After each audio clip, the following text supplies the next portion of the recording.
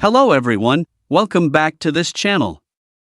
In this video, I will show you the easy and clear steps on how to set Audiobook Jump in Everand application. So how to set Audiobook Jump in Everand application? Make sure you keep watching this video until the end. Let's get started right away. Firstly, open the Everand app on your Android device. This is the initial screen of the Everand app. Next, tap the profile icon at the bottom right of the screen. And a menu like this will appear.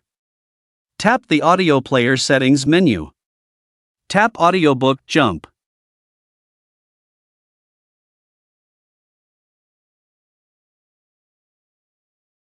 So that's it, tutorial how to set Audiobook Jump in Everand application.